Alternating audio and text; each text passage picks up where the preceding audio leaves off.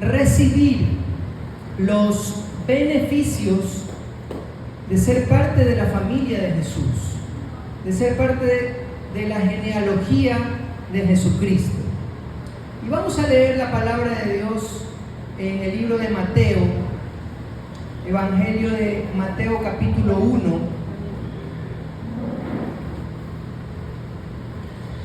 Vamos a leer dos versículos, el versículo 1 y el versículo 17. Mateo capítulo 1, versículo 1 y versículo 17. Mire, así empieza el libro de Mateo. El primer libro del Nuevo Testamento empieza con este versículo. Dice, libro de la genealogía de Jesucristo, hijo de David, hijo de Abraham. Vamos al versículo 17, que dice, de manera que todas las generaciones desde Abraham hasta David son 14 generaciones. Desde David hasta la deportación a Babilonia, 14, y desde la deportación de Babilonia hasta que vino Cristo, 14 generaciones. Vamos a hablar en esta mañana acerca de esa genealogía, de esas generaciones que dice la Biblia y enseña, ¿no? ¿Qué es la genealogía? La genealogía es el estudio y el seguimiento tanto de la ascendencia como de la descendencia de una familia. O sea, la genealogía es todos nuestros antepasados y todos los que vendrán. Su genealogía entonces es su padre, su abuelo, sus tatarabuelos y todos los que vinieron atrás hasta llegar a Atahualpa. Y los que van para adelante son nuestros hijos, nuestros nietos, y todos los que vendrán hasta que Cristo venga, hasta que se termine todo. Es su genealogía, la genealogía de su familia. En este caso, la Biblia nos enseña acerca de la genealogía de Jesucristo, de los antepasados de Jesucristo, que según la Biblia empezó todo con Abraham, ¿cierto? Si usted lee todo este capítulo de Mateo, usted va a ver cómo va hablando de familia por familia, desde Abraham hasta llegar a Jesucristo. Va hablando, pero no vamos a revisar por cuestiones de tiempo, pero sí en la Biblia pues habla desde Abraham, y quizás pasando por las personas más conocidas encontramos dentro de esa genealogía de Jesús, dentro de los antepasados de Jesús encontramos al rey David, por ejemplo. ¿Se han escuchado hablar del rey David? Encontramos a Salomón, hijo de David, que se dice que era el hombre más sabio y más rico sobre la tierra. Y luego podemos decir que termina la genealogía con José, el papá terrenal de Jesucristo, ¿cierto? Ahora, nosotros, usted y yo, somos parte de esa genealogía. Aunque nuestra descendencia o nuestra ascendencia, nuestros antepasados no tienen nada que ver con Israel, ¿no es cierto? Porque acá estamos hablando del pueblo de Israel, Abraham, Isaac, Jacob, y toda esta gente eran israelitas. Pero nosotros no tenemos nada que ver con ellos. Nosotros somos ecuatorianos, o venezolanos, o colombianos, o de acá de Latinoamérica, somos latinoamericanos. No tenemos nada que ver con los israelitas en lo físico. Pero en lo espiritual, nosotros tenemos mucho que ver con Israel. Porque en lo espiritual, nosotros somos descendencia espiritual de Abraham.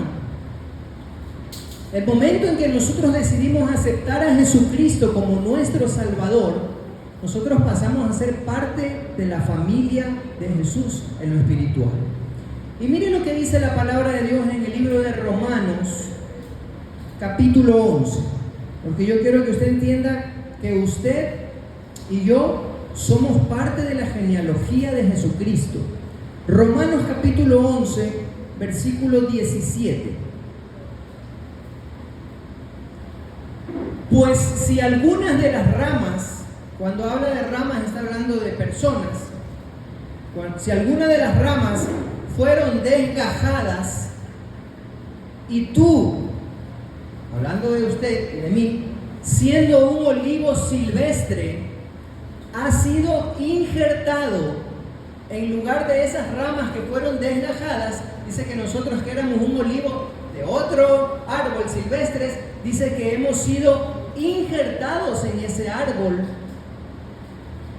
y ha sido hecho participante de la raíz y de la rica savia del olivo. Esta referencia de Romanos se refiere a que nosotros, habiendo sido no israelitas, habiendo sido gente que estábamos lejos de ser pueblo de Dios, fuimos injertados en el pueblo de Israel espiritual y ahora nosotros recibimos de la raíz, que es lo que estamos haciendo en esta mañana y cada día, recibimos de lo que Dios nos da porque ahora somos parte del pueblo de Dios. ¿Amén? ¿Cuántos dicen amén? Amén. Entonces vamos a revisar 3 aspectos de la importancia de las genealogías en nuestra vida. ¿Qué nos enseña a nosotros esto de las genealogías? Esto de que Jesús vino de Abraham, Isaac, Jacob, y que después vinieron toda esa gente, y en medio de eso pasó un montón de gente que quizás nunca os ha escuchado, pero hasta llegar a Jesucristo y ahora seguimos nosotros. ¿Qué nos enseña eso? Primero, nos enseña y nos demuestra que Dios puede usar personas imperfectas para su propósito. Porque la Biblia está llena de ejemplos de personas imperfectas, como usted y como yo, que fueron usadas para cumplir un propósito de Dios. Para el nacimiento de Jesucristo, Dios usó hombres y mujeres, judíos y no judíos. No solamente usó gente del pueblo de Israel, también usó gente que no era judía, personas con grandes virtudes. Por supuesto que dentro de toda la genealogía de Jesucristo hubo personas con grandes virtudes, con mucha fe, pero también hubieron otras personas con personalidades muy, pero muy dudosas, personalidades con muchos problemas, como usted y como yo, que no aplicaban desde el punto de vista humano para ser usadas por Dios. Dentro de la genealogía de Jesucristo hubo gente muy imperfecta, gente con depresión, gente que vivía en pecado, gente que andaba lejos de Dios. Les voy a poner algunos ejemplos. Si ustedes han escuchado alguna vez, pero quiero que lo sepan, dentro de la genealogía de Jesucristo hubo una prostituta llamada Rahab. Rahab era una mujer que vivía de la prostitución, una mujer mal vista porque era una mujer conocida por su pecado. Esta mujer no era israelita. Sin embargo, decidió poner su confianza en Dios. Cuando Josué en el Antiguo Testamento envía a los 12 espías a la tierra de Jericó, porque estaban conquistando, el pueblo de Israel estaba conquistando y caminando hacia la tierra prometida, y entonces Josué manda 12 espías a Jericó y le dice: vayan y averigüen cómo está esa tierra para ver si la conquistamos. Entonces estas personas llegan a Jericó y Rahab, que no era del pueblo de Israel, era el pueblo de Canaán. Y entonces esta mujer decide ayudar a los espías y los esconde en su casa. Y les dice: miren, yo sé a quienes ustedes les sirven y yo también he puesto mi confianza en ese Dios al que ustedes sirven. Así que los esconde en su casa y luego eso sirve para que el pueblo de Israel pueda conquistar. Ella fue muy, en el argot orense, fue muy sabida, ¿no? Porque dice: miren, yo los voy a ayudar, pero cuando ustedes vengan a conquistar acá, no me vayan a matar a mí. Entonces le dijeron ellos toda una historia. Entonces pon en la ventana de tu casa un listón, cuando nosotros vengamos acá vamos a saber que esta es tu casa y tú vamos a guardar tu vida. Así que esta mujer ayuda a los israelitas, y a causa de eso pasó a ser parte de la genealogía de Jesucristo, porque ella después de eso pasó a ser casi que familiar muy cercana del rey David. Porque unas generaciones más adelante ya vino David, pero a partir de ella siguió la genealogía de Jesucristo. Y si ustedes revisan en Mateo lo que yo les había dicho en el capítulo 1, van a encontrar dentro de la lista de las generaciones de Jesucristo a Rahab, una mujer prostituta que decidió poner su confianza en Dios. También dentro de la genealogía de Jesús encontramos a David. Y nosotros hablamos mucho de David, pero si usted no sabía, David fue adúltero y fue asesino. Fue un hombre de Dios, pero tuvo sus momentos de debilidad. Y en su momento mayor de debilidad, engañó a su esposa y mató al esposo de la otra. Lo mandó a matar. Abusó del poder que tenía de rey y mandó a matar al esposo para quedarse con él. Y Salomón, el hijo de David, que era un hombre conocido como sabio, rico, poderoso, pero quiero que ustedes conozcan la parte oscura de Salomón. Salomón dice que construyó muchos altares para otros dioses, porque Salomón también fue un hombre muy mujeriego. Y dice que se dejó desviar su corazón por las mujeres que tenía, que eran mujeres de que tenían otros dioses, y él les construía altares a esos dioses. Entonces, cuando usted lee la Biblia, no piense que esta gente era gente como que súper espiritual, era gente con errores, era gente como usted y como yo, llena de imperfecciones. ¿Quiénes tienen aquí imperfecciones? Sí, yo sé que ustedes tienen muchas imperfecciones y que tienen muchos pecados, como yo también los tengo, pero ahorita estamos hablando de ustedes. Y fueron usados para cumplir ese propósito de Dios, a pesar de sus imperfecciones. Eso quiere decir que Dios a usted también lo puede utilizar. Eso quiere decir que con todos sus errores, usted solamente lo que tiene que hacer es acercarse a Dios y decirle: Señor, mira, tú usaste a toda esta gente mala, gente que mató, gente que hacía cosas terribles. Tú los usabas porque ellos decidían arrepentirse. Claro, el corazón de David, todos lo conocemos.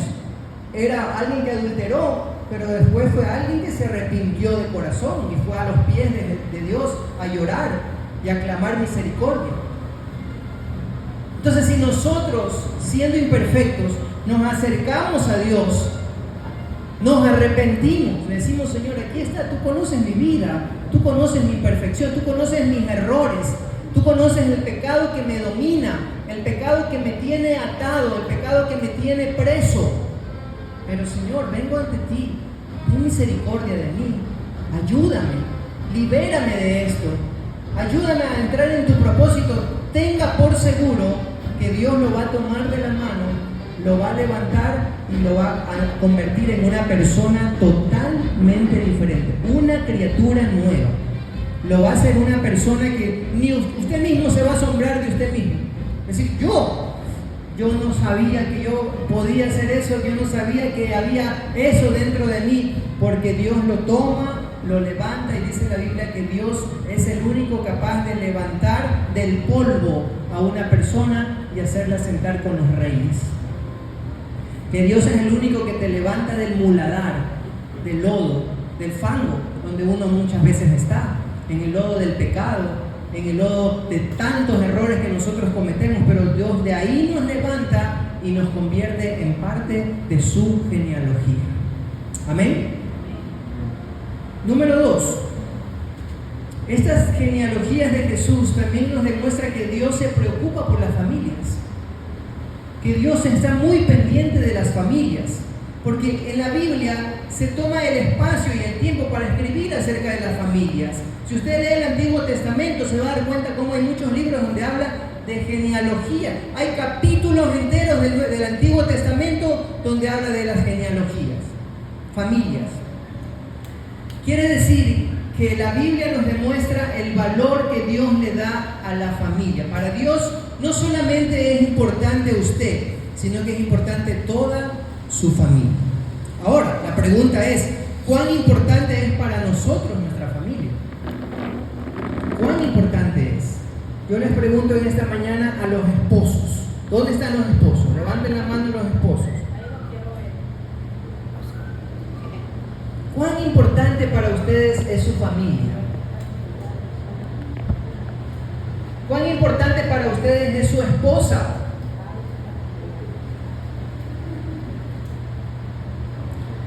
¿O usted trata de complacer más a su esposa o a sus amigos? Amigos entre comillas, ¿no? ¿A quién usted trata de complacer más? ¿Qué es más importante para usted?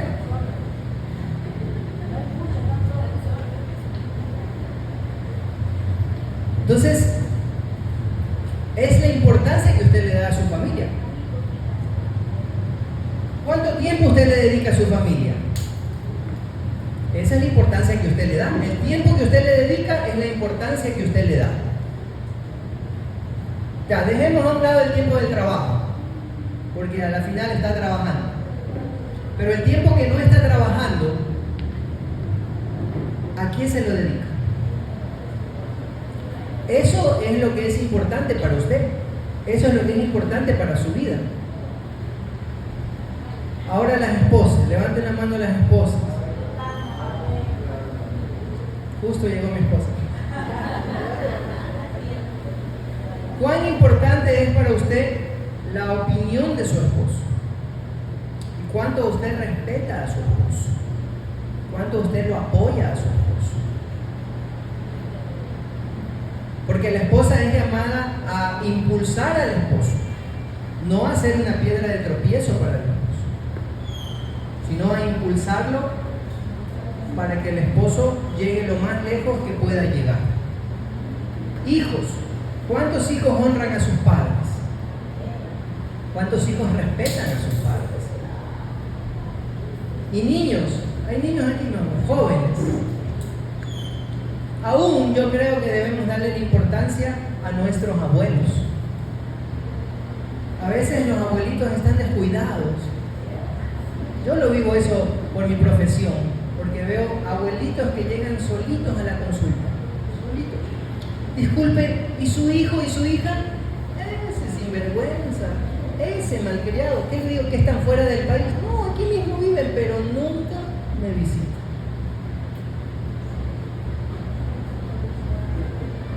Y también los abuelos tienen que velar por sus hijos y por sus nietos.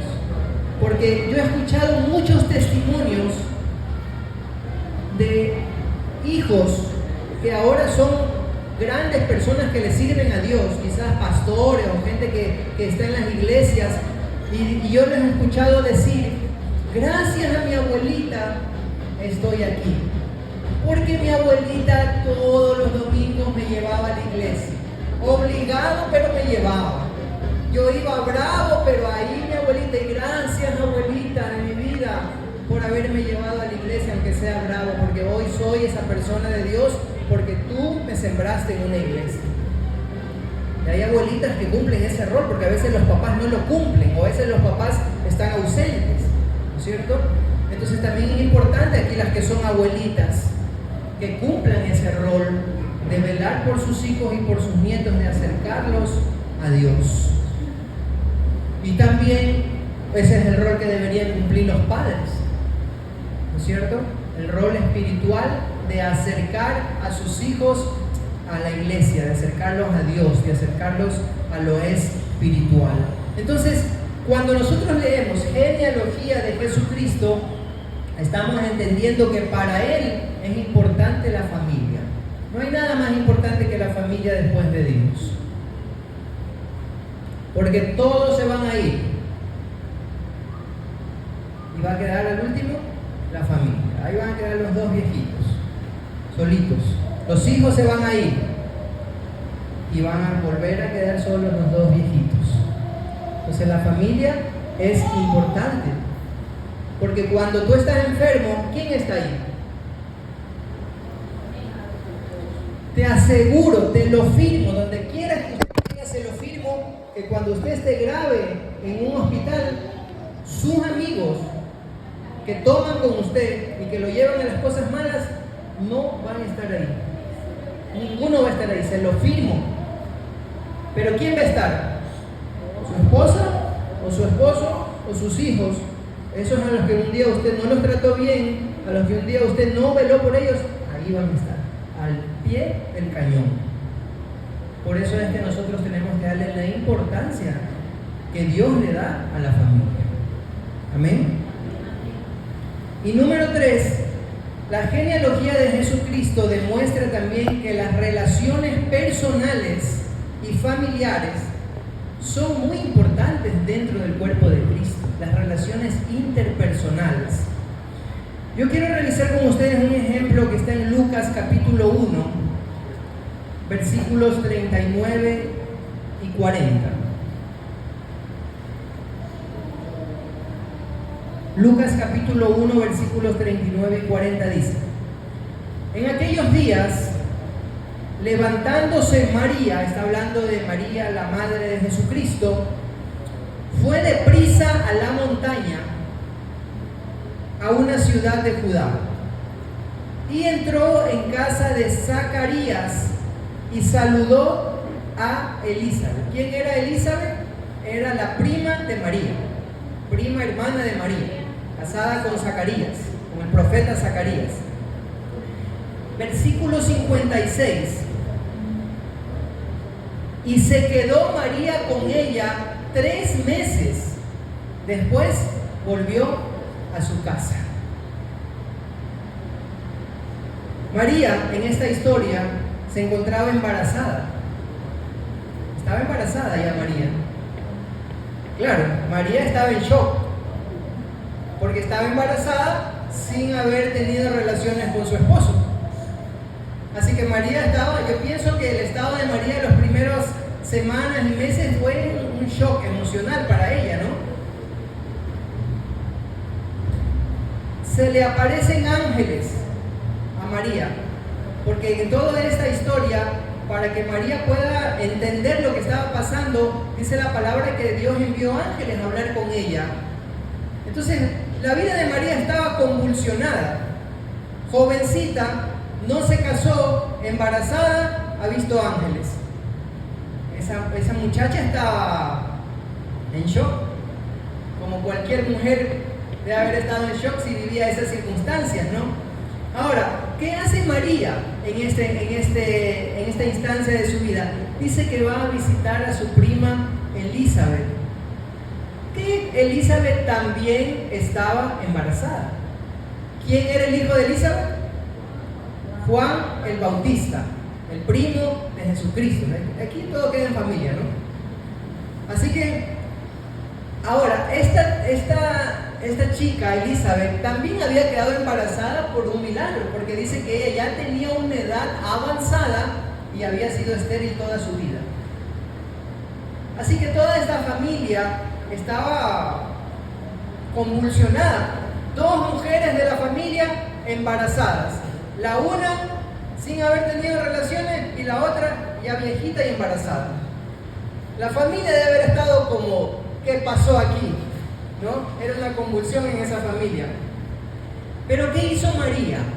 María se refugió en su prima, porque dice que se fue a quedar 3 meses allí donde ella.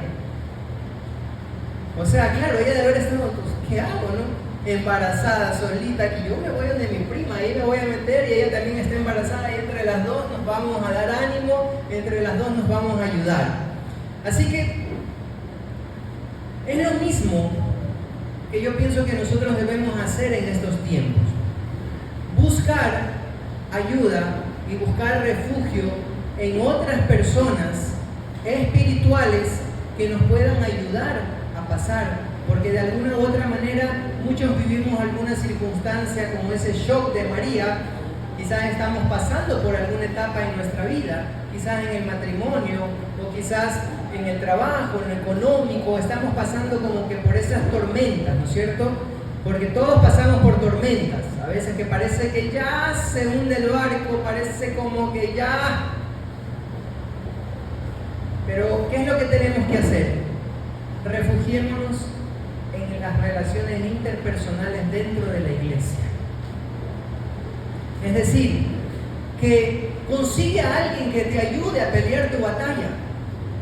No pelees solo, no tienes por qué hacerlo. Por eso, para eso está la iglesia. Entonces consigue una persona de la iglesia. Si tú quieres, que puede ser cualquiera de nosotros, o algún líder de tu barca, o un amigo tuyo de aquí de la iglesia que tú sepas que es alguien espiritual, apóyate en esa persona. Dile, oye, déjame ir a vivir unos 3 mesecitos a tu casa para sacudirme, para poder salir de este shock. Ayúdame, ora por mí, llámalo por teléfono, mándale un mensaje de WhatsApp, reúnanse a orar un momentito entre semana, porque es la forma en que Dios te va a ayudar a levantarte. No lo puedes hacer solo quizás, es duro levantarse solo. Cuando uno está en el piso, uno no puede ver más allá de lo que ven sus ojos físicos. Uno está encerrado en su mundo quizás en su mundo de falta de perdón, encerrado en su mundo de odio, encerrado en su mundo en el cual no puede ver más allá, no ve más salida. A veces uno no ve la salida. Uno solo piensa en algo y dice, por aquí voy a caminar, pero cuando uno recibe la ayuda espiritual, es como que Dios te empieza a través de esa persona a mostrar otras alternativas. No, mira, tranquilo, quizás eso no sea la mejor opción. Vamos a ver qué dice Dios, vamos a ver qué dice la Biblia. Cálmate un poquito, vamos a orar, demos un necesito más, vamos a ver cómo podemos hacer que las cosas funcionen. Entonces, tú vas a refugiarte en las relaciones interpersonales y eso te va a ayudar a dar pasos de fe y te va a ayudar a salir adelante. Así que fomenta aquí en la iglesia eso, no caminen solos. No caminen solos, queridos hermanos. Y no tengan vergüenza, no tengan temor a buscar ayuda dentro de los hermanos, dentro de los líderes, dentro de la iglesia. Porque la Biblia dice que somos un cuerpo.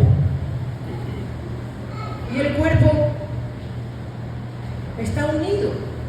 O usted ve que un dedo anda por ahí solo. ¿Qué pasa cuando usted está, por ejemplo, en la casa y le cae un vaso?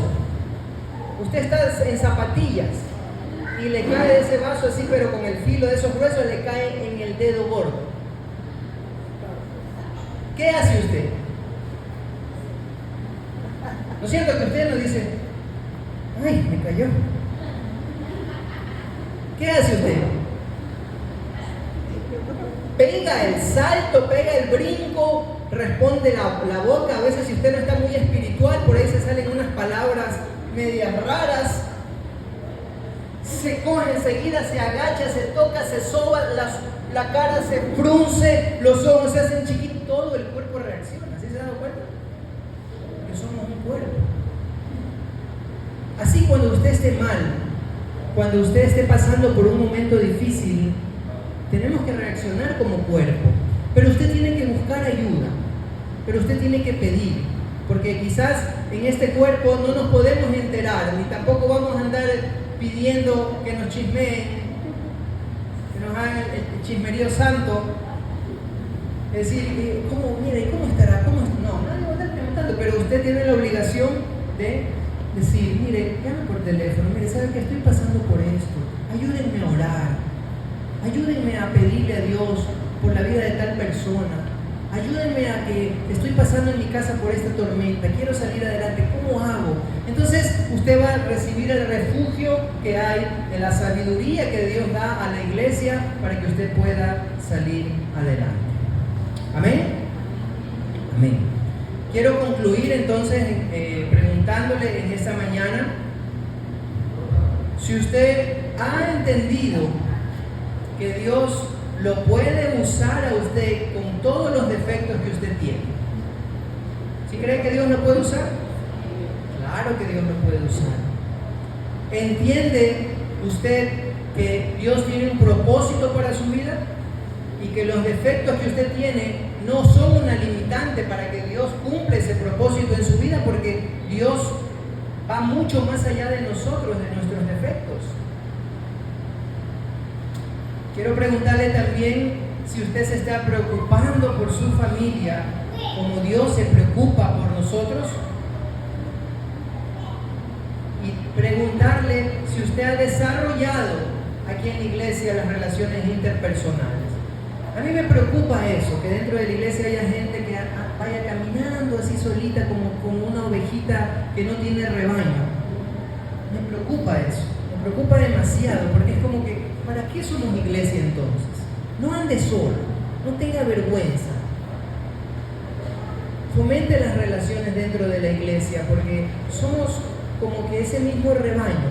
Ahora que somos pocos, hágalo, porque un día que seamos muchos, ya no va a poder usted tener esas relaciones interpersonales. Pero ahora es momento de formar una familia fuerte, una familia unida, porque no somos muchos. Yo siempre, con esto termino, yo siempre he reconocido en mi vida la importancia que tuvo para mí las relaciones interpersonales cuando yo me empecé a acercar a Jesucristo.